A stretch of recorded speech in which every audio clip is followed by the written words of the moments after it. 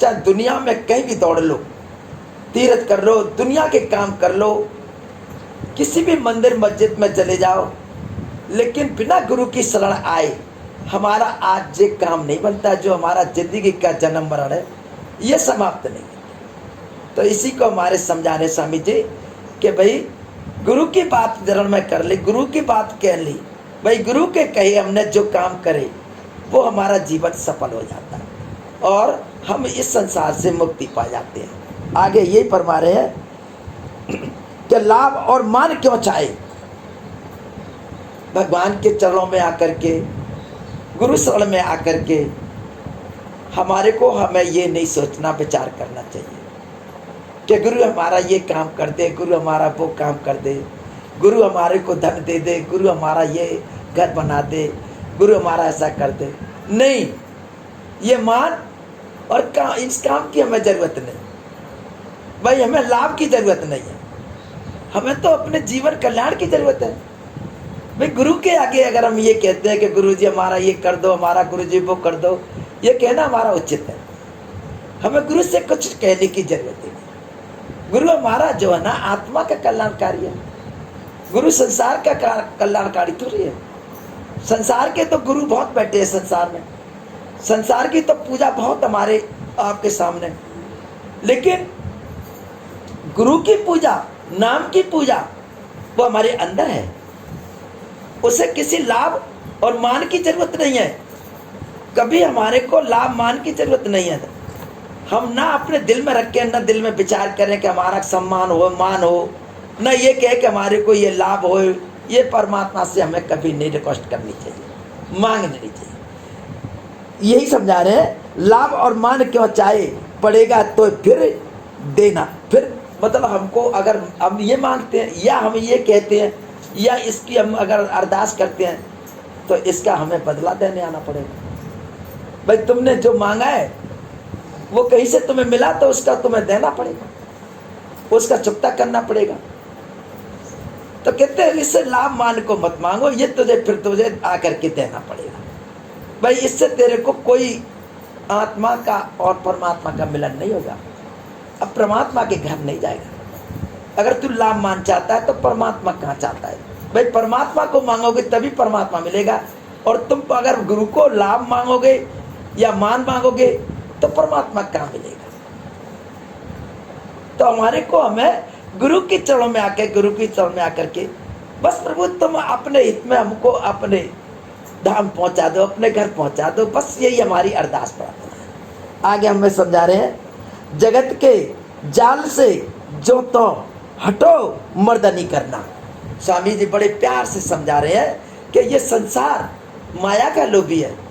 ये संसार में हम दुनिया का आज हम यहाँ पे जो कर रहे हैं, जो बना रहे हैं या जहाँ में जो रह रहे हैं, इसका हमें कोई इसका हम अहंकार नहीं होना चाहिए। इसके लिए हमारे अंदर किसी भी तरह का हम नहीं आना चाहिए कि हमने ये कर दिया, हमने ऐसा कर दिया, हमने ये बना दिया, हम ऐसे हैं, हम वैसे हैं, ये नहीं।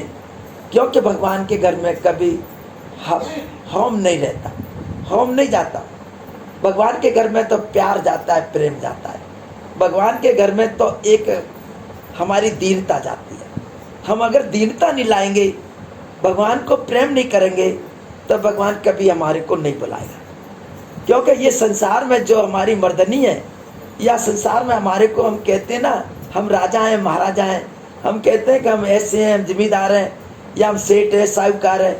ये संसार की जो मर्दनी है या इसमें जो हमारे अंदर है अहंकार है, ये बिल्कुल नहीं होना चाहिए। प्रभु ने जो हमारे भाग्य से, हमारे कर्मों से दिया, उसको बड़े प्यार से, प्रेम से में उसको बरतना चाहिए, उसका हमें सत्प्रयोग करना चाहिए, लेकिन हमें अहंकार नहीं करना चाहिए। आगे यही फरमा रहे हैं कि जिन्होंने मार मन को डाला उन्हीं को सूरमा कहना। भाई देखो, ये तो हम संसार में एक दूसरे के लिए बहुत बड़े हैं। कहते हैं ना कि अगर कोई इंसान किसी चीज़ में बड़ा हो जाता है, कोई इंसान किसी अगर धन दौलत में बड़ा हो जाता है, कोई इंसान किसी अगर परिवार में बड़ा हो जाता है, या कोई इंसान किसी ताकत में बड़ा हो जाता है, तो हम अपने आप को ये कहें कि भाई मैं ही बड़ा हूँ या मैं ही सूरमा हूँ, ये हमारा कहना गलत है। समझे नहीं। लेकिन जो इंसान बड़ा कौन है? बड़ा कौन है? जिसने अपने मन को काबू में कर लिया, जिसने मन पे काबू कर लिया, वही सूरमा है। स्वामी जी कह रहे हैं कि सूरमा तो वही है जिसने मन को जीत लिया। भाई मन के जीते जीते, मन के हारे हार। जिसने मन को जीत लिया उसकी आज संसार में जीत हो गई, और जिसने मन को हार गया वही हमारे को नुकसान होता है। भाई मन को मत जीतो, मन को हारो, मन को काबू करो। मन के कहे चलो मत कोई, गुरु कहे करो तुम सोई। भाई अगर गुरु हम साई में है, गुरु शरण में है, गुरु की अगर चरणों में है, या गुरु के मुखम में है, तो गुरु कहता है वो करो। आप अपने मन की बात मत करो। जो हम मनमुखी करते हैं तो फिर गुरुमुखी नहीं, और गुरुमुखी है तो फिर मनमुखी नहीं।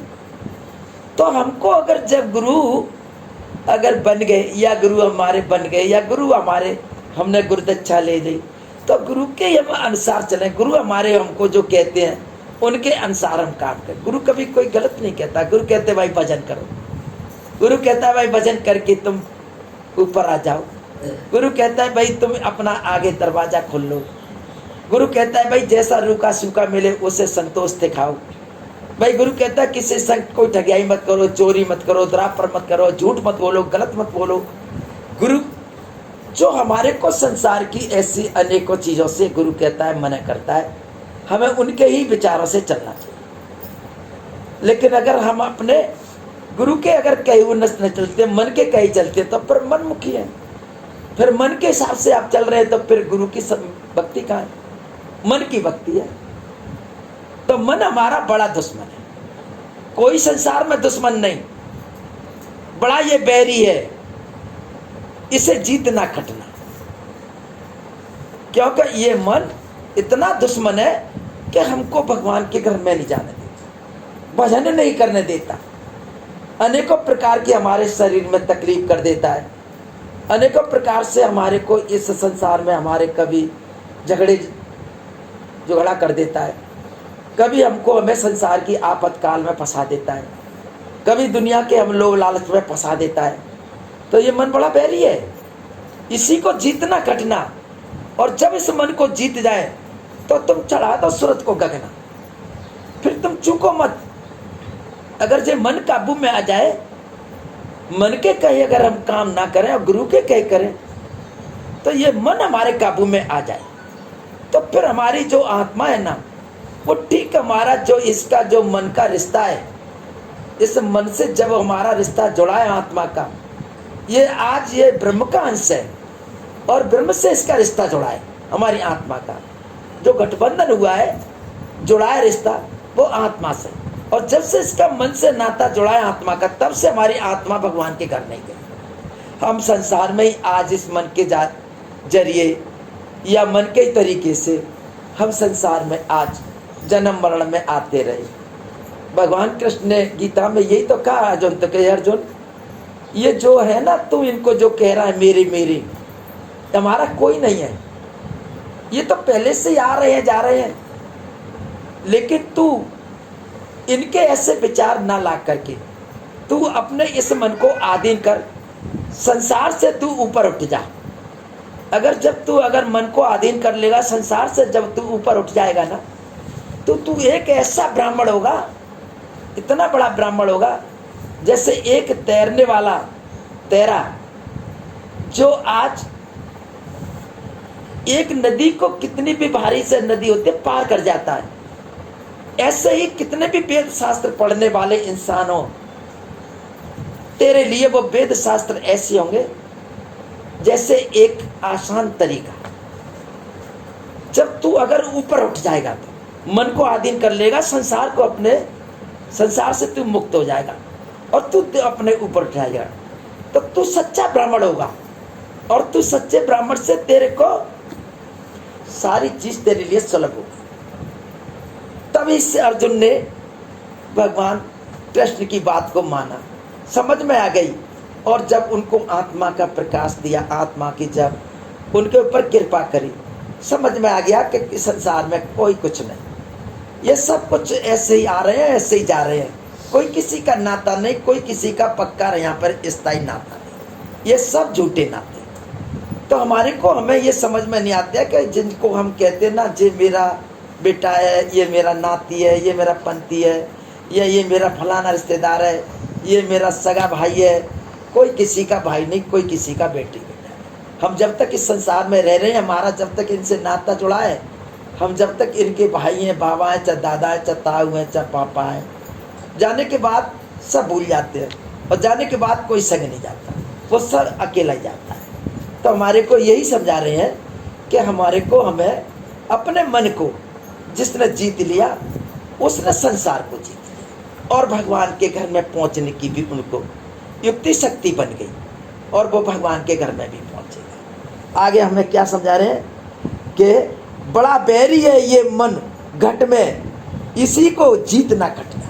मैंने अभी कहा ना कि ये हमारा जो इतना दुश्मन है ना, तो यही दुश्मन है, कोई दुश्मन नहीं। भक्ति में ब्यादा ये डाले, सेवा में ब्यादा ये डाले, और हमें गलत रास्ते पे ले जाए, लड़ाई ये कराए, झगड़ा ये कराए, ये हमारे को इस संसार में ब्यादा डालता रहता, लड़ाई कराता रहता है, झगड़े कराता रहता है, भगवान का भजन नहीं करते।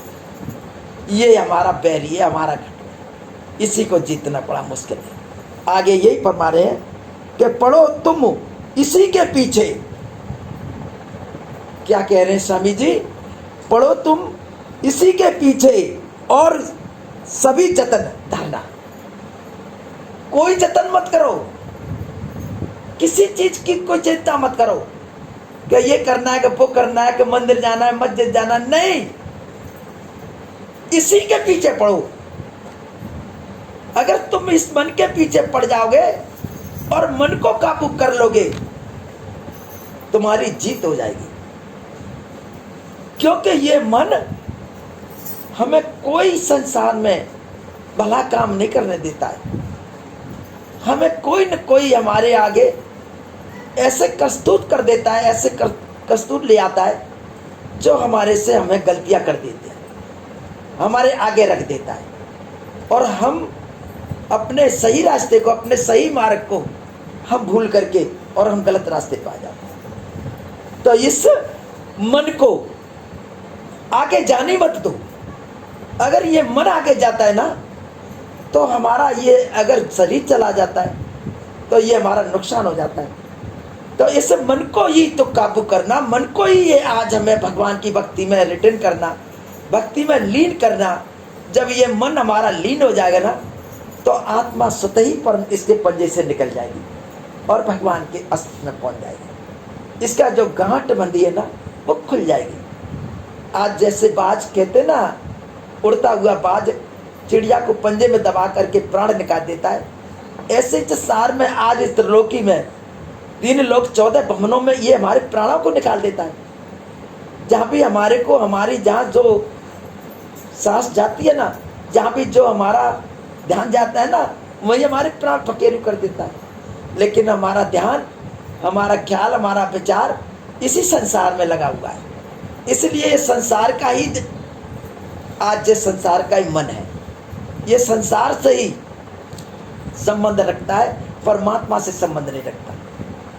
परमात्मा से संबंध हमारी आत्मा रखती है। लेकिन मन को हम काबू करके, मन को जैसे कहते हैं ना, सर्प को सपेरा काबू कर लेता है, तो कितना भी बड़ा जहरीला है, टोकरी में बंद कर देता है, और जब तक टोकरी खोलता नहीं, वो जब तक निकल नहीं सकता।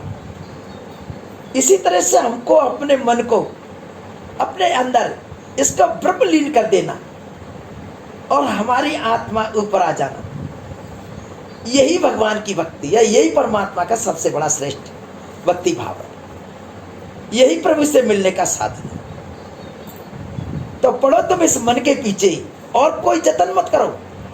तुम अगर जतन करोगे तो ये मन काबू में नहीं आएगा। क्योंकि जो भी जतन है, जो भी आज इसके हम लिए उपाय करते हैं, इसको खाना देते हैं, अच्छे से अच्छा देते हैं, फिर भी ये नहीं मानता। ये 10 मन इंद्रियों पर दौड़ता भागता रहता है, सुनने की पे, देखने की पे, खाने की पे। कौन सी इंद्री से इसको काबू करोगे? लेकिन ये काबू में नहीं आता। ये प्रभु के ही नाम में काबू में आता है। जैसे हाथी एक अंकुश के कि अंकुश से हाथी काबू में आ जाता है ना, इसी तरह से इस पर नाम की कुल्हाड़ा बजता है ना, या नाम इसके ऊपर पड़ता है ना, तो ये काबू में आ जाता है, नहीं तो ये काबू में नहीं आता। आगे क्या समझा रहे हैं कि गुरु की प्रीति कर, गुरु की प्रीति कर पहले बहुर घट शब्द को सुनना।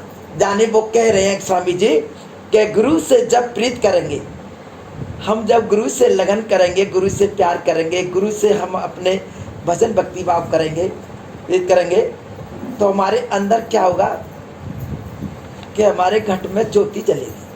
अंतर ज्योत जले जग जीवन ताय खालसा खालसा। नानक देव जी कहा करते थे कि भाई सिख वो है जिसके अंदर ज्योति जल गई, जिसके अंदर प्रकाश हो गया, वो खालसा है। और अंदर जो ज्योति नहीं जली वो सिख नहीं है। तो हमारे अंदर भी भगवान की ज्योति है, इस आत्मा की ज्योति है, हमारे अंदर जल रही है, लेकिन दिखाई नहीं देती। क्यों नहीं देती? हमारे अंदर इन आंखों से तो हमको परमात्मा की ज्योति दिखाई नहीं देती। हमारे अंदर पर्दे पड़े हैं, हमारे अंदर आज कर्मों के मैल चढ़े हैं, भगवान की ज्योति दिखे कहाँ से? भाई जब तक हमारे घर घट साफ नहीं होगा, पवित्र नहीं होगा, तब तक हमारे अंदर कोई अगर ऐसा रसायन नहीं गिरेगा, जैसे कहते ना रसायन पदार्थ एक ऐसा होता है जैसे किसी भी चीज में डाल दो उस चीज को फाड़ देता है। ऐसे ही हमारे स्वामी जी कहा करते थे कि गुरु की प्रीति प्रतीत करें। कहते थे कि अगर गुरु की प्रीत प्रतीत कर घट में नाम की रसायन धर तू दिल में, जाने तू गुरु से जब प्रीत करेगा, प्रतीत होगी तेरे को, प्रेम होगा घट में, तो रसायन जो मैंने बताया पदार्थ वो किसी भी पदार्थ में डल जाए तो वो फाड़ देता है। तो तेरे घट में जो है ना वो नाम का जो रसायन है वो तेरे घर में प्रकाश कर देगा, तेरे सारे मैल कुजाल को साफ कर देगा, नाम का रसायन पड़ जाएगा। तो वही हमको स्वामी जी समझा रहे हैं कि आज हम उस भगवान के नाम का जो भजन करते हैं, प्रभु के नाम का स्मरण करते हैं, प्रभु से प्रीत करके, गुरु से प्रीत करके, प्रेम करके हम उसका स्मरण भजन करते हैं, हमारे अंदर भगवान की ज्योति अवश्य जलेगी और जल जाती है। परमात्मा की ज्योति हमारे अंदर जब जल जाती है ना, हमारे अंदर प्रकाश हो जाता है, और हमारे अंदर वो प्रकाश हो जाता है जो हम सारी दुनिया में एक जगह बैठ करके हम दुनिया का प्रकाश से हम देख रहे हैं, उसे दुनिया के नज़ारे देख रहे हैं, दुनिया के अंदर भीतर बाहर हम सब कुछ देख रहे हैं। वो रसायन, वो नाम हमें उस नाम के रंग में रख देता है, वो उस परमात्मा का नाम हमें उसमें रंग देगा, जो हमारा प्रभु जिसमें रंगा हुआ है उसमें हमारे को रंग देगा। आगे यही समझा रहे हैं कि मान ले बात ये मेरी, करे मत और कुछ जतना। ये बात स्वामी जी डंके की चोट पे कहने कि ये बात हमारी मान ले, तेरे पास कोई और रास्ता मार्ग नहीं है जिससे तू परमात्मा से मिल सके। ये जो मैं कह रहा हूं उसे तू अपने दिल में रख ले, कोई तुझे दूसरा कार्य करने की जरूरत नहीं, इस नाम की ही भक्ति कर, इस नाम की भक्ति करके उस नाम के ही रंग में रंग जा, फिर तुझे भगवान को, परमात्मा को मिलने में कोई देरी नहीं, तेरे अंदर भगवान का दीपक जल जाएगा। तो गुरु की चीज बहुत बड़ी चीज है। नाम की हमारे अंदर ऐसी जड़ी बूटी है जो हमारे को, हमें उस नाम की पढ़ते ही हमारा अंतकरण साफ हो जाता है। जैसे हृदय नाम पड़ा, भया पाप का नाश, एक चिंगी आग की पड़ी पुरानी घास। कितना भी पुराना ईंधन हो, घास हो, लेकिन छोटी सी माचिस की तिली पूरे को जला के फेंक देती है। ऐसे ही भगवान का नाम हृदय में आ जाए, हमारे अंतकरण में आ जाए, तो हमारे सारे मैल को धो देता है, हमारे सारे गिलापों को उतार देता है और हमारा वो नाम ज्योति हमारे अंदर चला देता है। आगे यही बता रहे हैं, हार जब जाए ये मन तुझको, फिर चढ़ा दे तू सूरत को गगन। जब तेरा मन हार जाए और थकान आ जाए, तेरे चरणों में पड़ जाए, फिर तू अपनी सूरत को गगन पर चढ़ा दे। यानी गगन जो आकाश है ना, ये गगन हमारे को बाहर नजर आता है ना, ऐसे हमारे अंदर भी है। उस गगन में तू अपनी सूरत को चढ़ा दे, भगवान का तुझे घर मिलेगा, धाम मिलेगा। यही आप और सब काम झूठा, और सब काम झूठा त्याग दे, इसी को सब कहना। स्वामी जी कितनी बड़ी हार्दिक भावना से कह रहे हैं ये बात, हम लोग तो इसे कभी त्याग ही नहीं सकते। वो कहते हैं जब ये तेरा मन हार जाए ना और तेरी शरण में आ जाए, तो कह देता कि संसार का जो गहना है ना, त्रिलोकी का जो गहना है ना, तीन लोक की जो संपत्ति है, ले तू इसको ले ले भाई, मुझे नहीं चाहिए, त्याग दे इसी को गहना। ये गहना जो है ना, इसको तू त्याग दे, इसी को तू ले जा अपने पास, अपने साथ रख, मुझे नहीं चाहिए। भगवान के घर में वास्तव में कुछ जाता ही नहीं है। भगवान का घर तो भाई ये संसार की कोई वस्तु नहीं जाती है। हम ये कहें कि घर जाए, मकान जाए, बेटा जाए, बेटी जाए, धन जाए, दौलत जाए, एक छदम भी नहीं जाती, बाहर का एक हमारा 10वां बाहर भी नहीं जाता। तो हम क्या है, प्रेम गली अतिसाकरीता में दोनों समाये। भगवान की तो गैलरी, रास्ते इतने सक्षम है, तो ये मन कहां से जाएगा? जो तो मन बहुत है, बड़ा है, ये संसार कहां जाएगा जो इतना बड़ा टम्बर दिख रहा है? भगवान का घर तो, भगवान की गैलरी तो इतनी है कि बाहर से भी महीन है। तो हमारी आत्मा के सिवा उसमें कोई नहीं जा सकता। आत्मा इस बात से ही हमारी महीन है जो आत्मा जा सकती है। तो हमारी आत्मा कहती है ना कि भाई तू सारा गहना अपना अपने ले, यह मैं नहीं चाहिए। हम तो भगवान के घर से जैसे आए वैसे ही जाएंगे, हम कुछ लेके ही नहीं आए, हम तो सिर्फ भगवान के एक आत्मा रूप में आए, भगवान का राम नाम लेके आए, भगवान का भजन करने आए। लेकिन ये संसार थोड़ी हम लेने आए, या संसार की अमानत लेने थोड़ी आए। तो ये गहना तू ले भाई, तेरा गहना तू ले ले, हमें नहीं चाहिए। आगे हमें यही समझा रहे हैं कि कह राधा स्वामी, कह राधा स्वामी समझाए, कहो अब तुम नाम की शरण। आखिरी कड़ी में हमारे स्वामी जी फरमा रहे हैं कि भाई सबको कुछ, सबको त्याग करके, सबको मन दिल से हटा करके, मन में ना रख करके, भाई नाम का रंग ले ले, नाम का गहना पहन ले, तेरा परमात्मा धाम मिलेगा, परमात्मा का घर मिलेगा, तो परमात्मा के घर। मैं समझा के कह रहा हूँ, बुझा के कह रहा हूँ, सुना के कह रहा हूँ कि जो यहाँ संसार में हमारा जो कुछ दिख रहा है, जो कुछ नजर आ रहा है, वो सारा का सारा नुकसान है, कोई फायदा नहीं, विनाशिक है। रविदास जी कहते से कि जो दिख रहा है वो सब विनाशिक, और जो हमें दिख नहीं रहा है वही हमारा अविनाशी है। तो हमको कौन नहीं दिख रहा है? हमें परमात्मा नहीं दिख रहा, हमारी आत्मा नहीं दिख रही है। शांति इसी को कहते हैं ना कि भाई अपने आप अपने को जानो, कहा किसी को मत मानो। भगवान का रूप और आत्मा का रूप हमारे आप अपने में है, बाहर नहीं है, और ना हमें बाहर की कोई बात मानने की जरूरत। तो भाई आत्म सो गुरु, आत्म सो परमात्मा, परमात्मा सो आत्मा। नानक देव जी कहते हैं कि आत्मा और परमात्मा में कोई फर्क नहीं है, उसी का अंश है। लेकिन बूंद समुद्र में गिर करके समुद्र बन जाती है।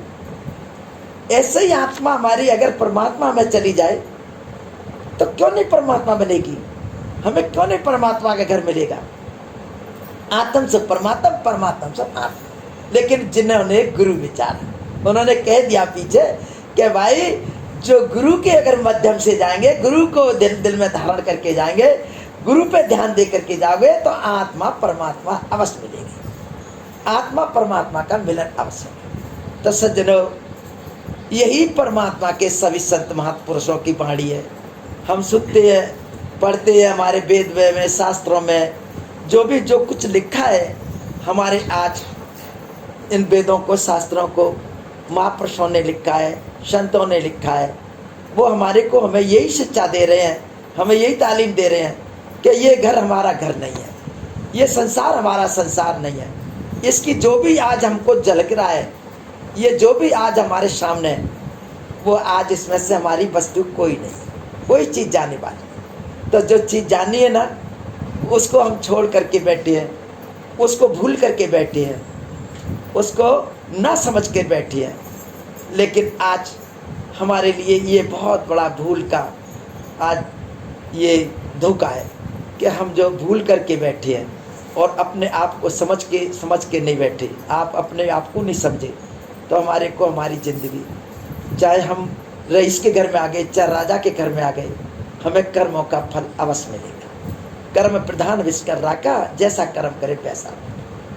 तो कर्म चाहे हम कौन सा भी करें, चाहे रईस के घर में बैठ के करें, चाहे जमींदार के घर में बैठ के करें, और चाहे हम कोई किसी राजा के घर में बैठ करके करें, जैसा कर्म करेंगे वैसा फल हमें अवश्य मिलेगा। आज मैं इसी के साथ वाणी विराम दे रहा हूँ। बोलिए सदगुरुदेव महाराज की। प्यार से कहो, सदगुरु तेरा ही।